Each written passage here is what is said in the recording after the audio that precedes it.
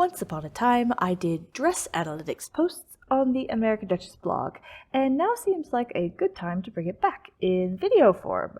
For this first episode, we'll be looking at the famous Madame de Pompadour's Robe à la Francaise, gushing with lace bows and ruffles. This is a very well-known, famous portrait of Madame de Pompadour, painted by Francois Boucher in 1756. There's a lot going on here, so let's take a closer look.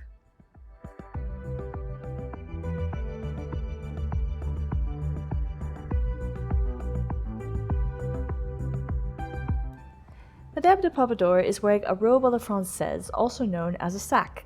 In the 1750s, these gowns were worn over large side hoops called paniers or pocket hoops, which held the skirts out on the side, but allowed the drapery from the back to hang in an elegant cascade.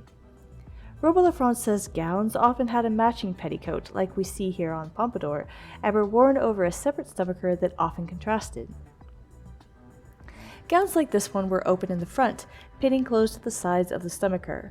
Madame de Pompadour exhibits a busting breast of bows, known as echelles, on the stomachers in many of her portraits, but a completely different stomacher could be switched out to give the ensemble a different look.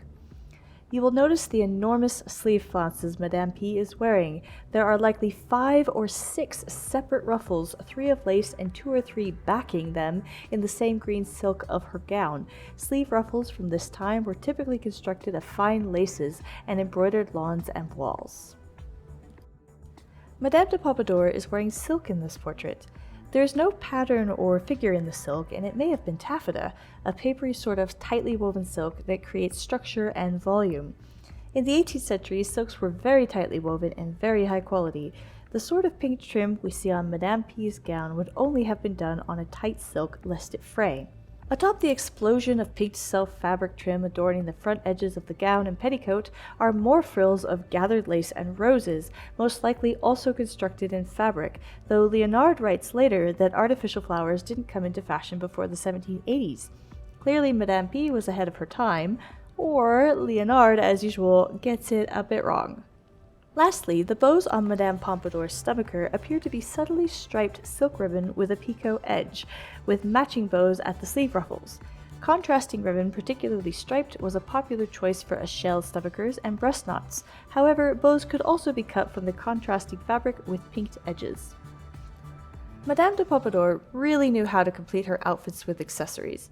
She was famous for her hairstylings, designed and executed by Le Gros de Rumigny, but also sported the iconic ribbon choker we so associate with this period in France.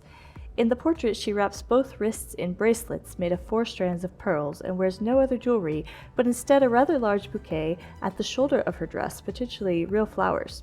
Flowers also adorn her hair.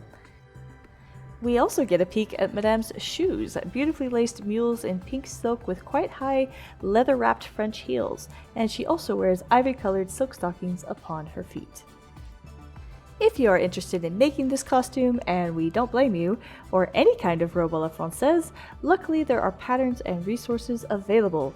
We highly recommend Simplicity 8578 and 8579, which go together for everything you need: shift, stays, paniers, petticoat, gown, and stomacher.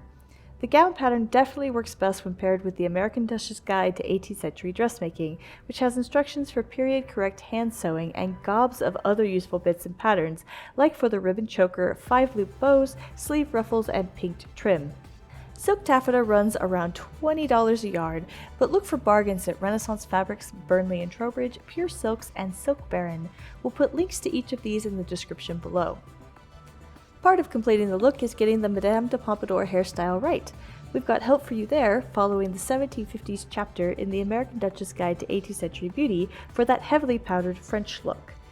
And once you're ready, we've got you covered for 18th century shoes and stockings as well at AmericanDuchess.com. I hope you enjoyed this first episode of Dress Analytics, taking a look at this fabulous Boucher portrait. We'd love you to leave a comment or a question, and if you'd like to see more, go ahead and click that subscribe button.